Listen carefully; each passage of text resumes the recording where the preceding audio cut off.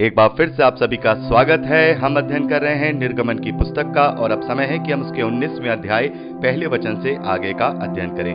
पहले और दूसरे वचन में लिखा है, इजराइलियों को मिस्र देश से निकले हुए जिस दिन 3 महीने बीते उसी दिन वे सिने के जंगल में आए। और जब वे रपीदीम से कूच करके सिने के जंगल में आए तब उन्होंने जंगल में डेरे खड़े किए और वहीं पर्वत के आगे इजराइलियों ने छावनी डाली।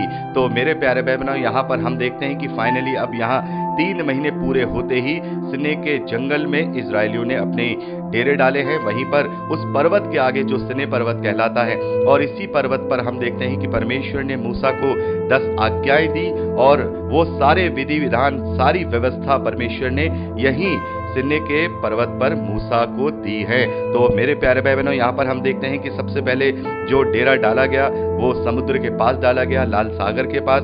फिर हम देखते हैं लाल सागर पार करने के बाद वो अलीम आते हैं, जहां पर हम 12 पानी के सोते और 70 खजूर के पेड़ों को देखते हैं। फिर उसके बाद वो अपना डेरा सीन के जंगल में डालते हैं, जहां मन्ना और बटेरे उन्हें मिलती है। फिर फाइनली वो रपीदीम में आते हैं और रपीदीम में आकर के वो अपना कुछ समय बिताते हैं और रपीदीम से फिर यहाँ सिने के जंगल में सिने पर्वत के सामने अपने डेरे को डालते हैं। यहाँ वो 3 महीने का जब समय पूरा होता है, जिस दिन पूरे 3 महीने पूरे होते हैं, वो सिने के जंगल में अपना डेरा डाल देते हैं। मेरे प्यारे भाई बहनों, यहाँ पर हम देखते हैं कि जो इजरायली हैं उनका डेरा 11 महीने 20 दिन तक रहेगा। और ये बहुत ही इंपॉर्टेंट जगह है, क्योंकि यहीं पर जो सिने पर्वत है उसी पर परमेश्वर यहाँ इजरायलियों को अपना दर्शन भी देंगे बादलों के रूप में। और जो 10 आज्ञाएं हैं वो भी परमेश्वर मूसा के द्वारा इजरायलियों को देंगे। और बहुत सारी व्यवस्था की बातें हैं, बहुत सारे विधि विधान हैं जो यहाँ पर परमेश्वर ने मूसा को दिए हैं। इसीलिए ये बहुत ही इंपॉर्टेंट जगह हो जाती है।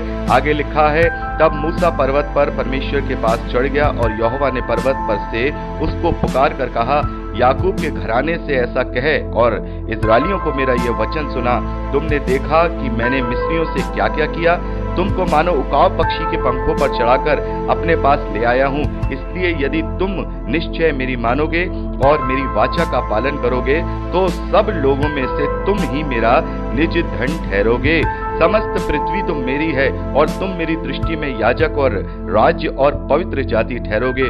जो बातें तुझे इजरायलियों से कहनी है वो यही हैं। तो मेरे प्यारे भाई बहनों, यहाँ पर हम देखते हैं कि परमेश्वर इजरायलियों को चेता करके ये बता रहे हैं कि तुमने देखा कि मैं तुम्हें किस अद्भुत रीति से मिस्र की गुलामी से छुड़ाकर अपने पास यहाँ ले आया हूँ। ऐसे ले आया हूँ जैसे मानो उकाब के पंखों पर बिठा करके मैं तुम्हें अपने पास ले आया हूँ। मैंने तुम्हें किसी भी प्रकार की कोई तकलीफ नहीं होने दी, किसी भी प्रकार से मैंने तुम्हें निर्बल नहीं होने दिया। तुम्हें पानी की जरूरत थी, मैंने तुम्हें पानी दिया। तुम्हें छांव की जरूरत थी, मैंने तुम्हें बादल बनके छांव दी।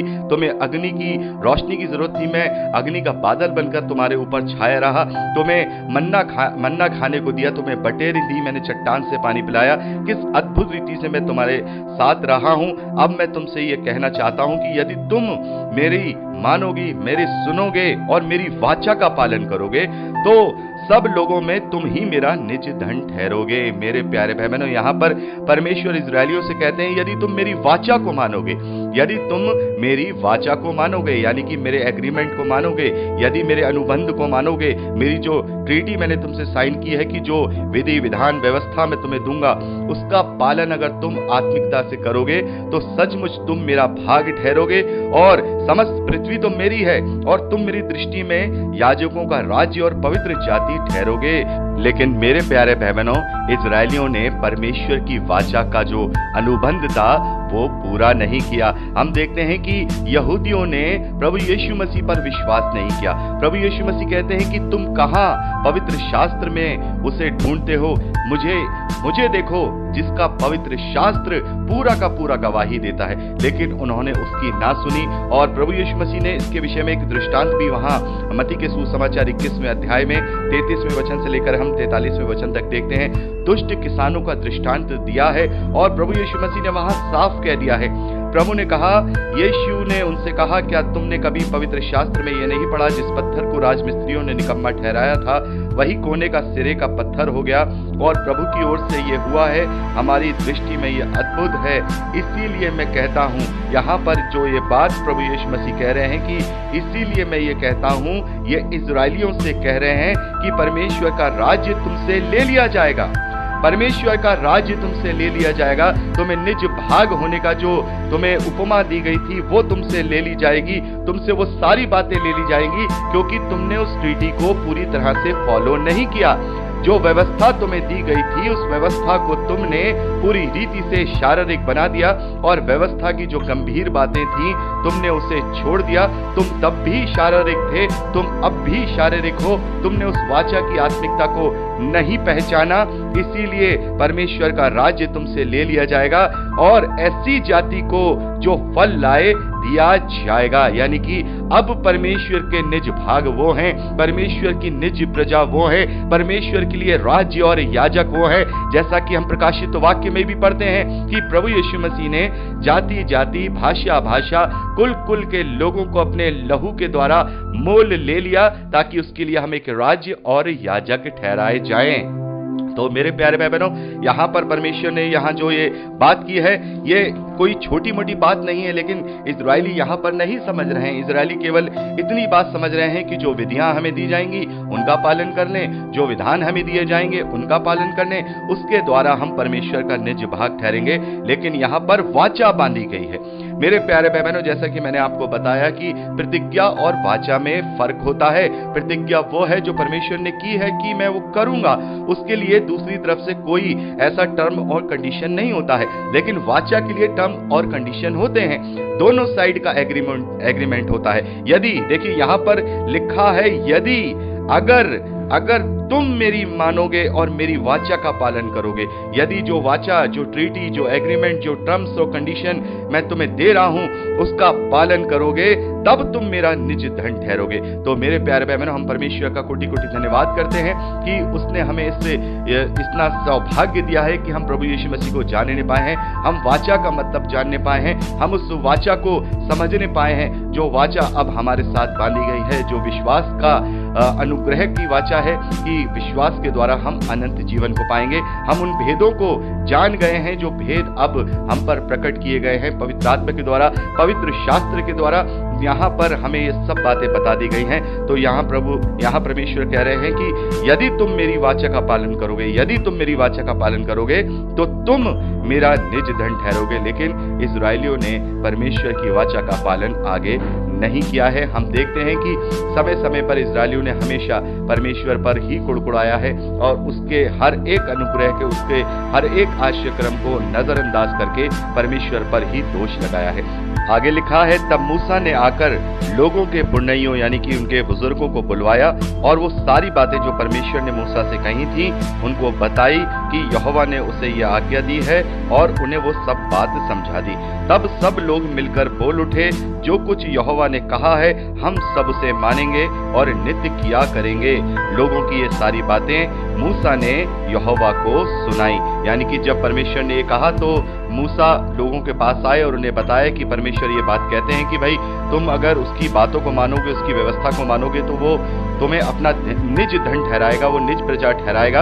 और ये सब बातें सुन करके यहाँ जो इजरायली थे वो कहते हैं कि हाँ, वो हमें बताए कि हमें क्या करना है, जो जो वो बातें हमें बताएगा हम उसको फॉलो करेंगे, हम उसको माना करेंगे। तो ये सारी बातें आकर के फिर मूसा ने परमेश्वर को बता दी। आगे लिखा है, तब यहोवा ने मूसा से कहा, सुन, मैं बादल के अंधियारे में होकर तेरे पास आता हूँ, इसीलिए जब मैं तुझ से बात करूं तब वे लोग सुने और सदा तुझ पर विश्वास करें। और मूसा ने यहोवा से लोगों की बातों का वर्णन किया।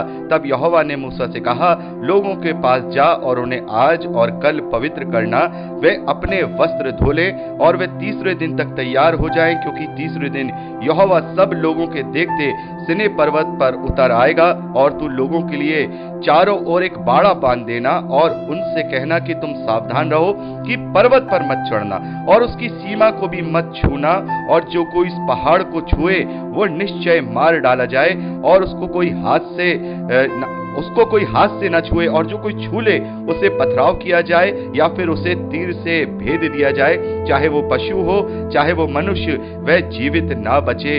जब महाशब्द वाले नरसिंगे का शब्द देर तक सुनाई दे तब लोग पर्वत के पास आए।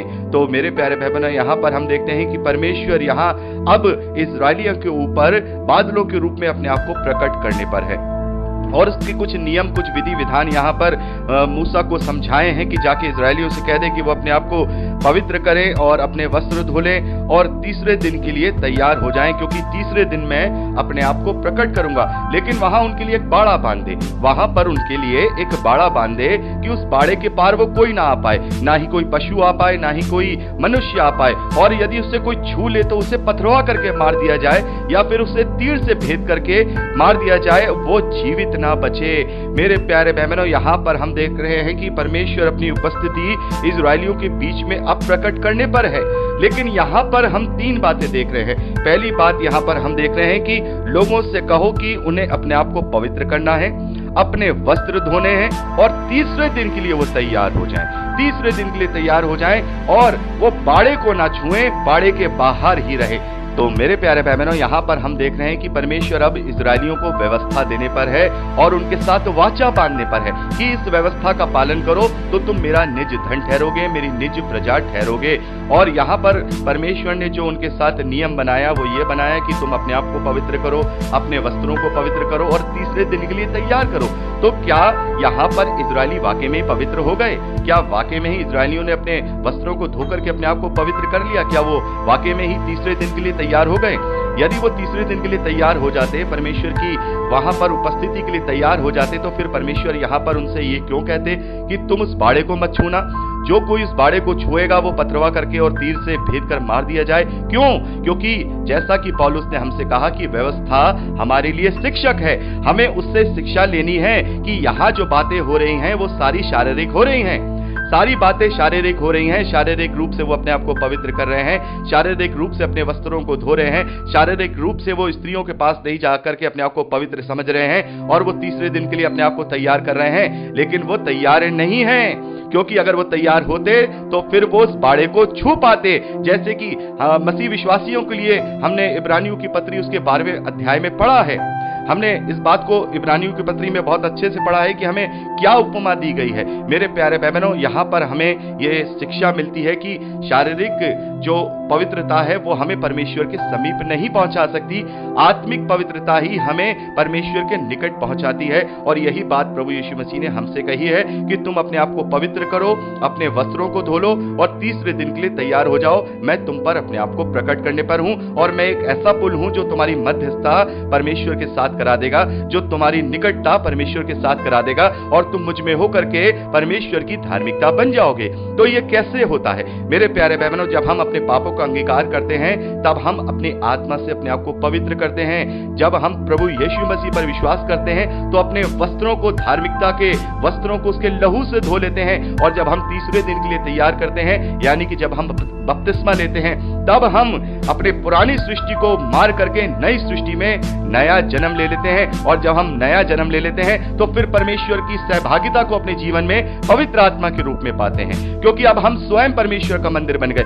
देखिए कितना बड़ा फर्क है। वो इजरायली उस बाड़े को भी नहीं छू पा रहे हैं क्योंकि उन्होंने शारीरिक रूप से अपने आप को पवित्र किया था, लेकिन मसीही विश्वासी स्वयं परमेश्वर का मंदिर बन जा रहे हैं क्योंकि उन्होंने आत्मिक रूप से अपने आप को पवित्र किया है।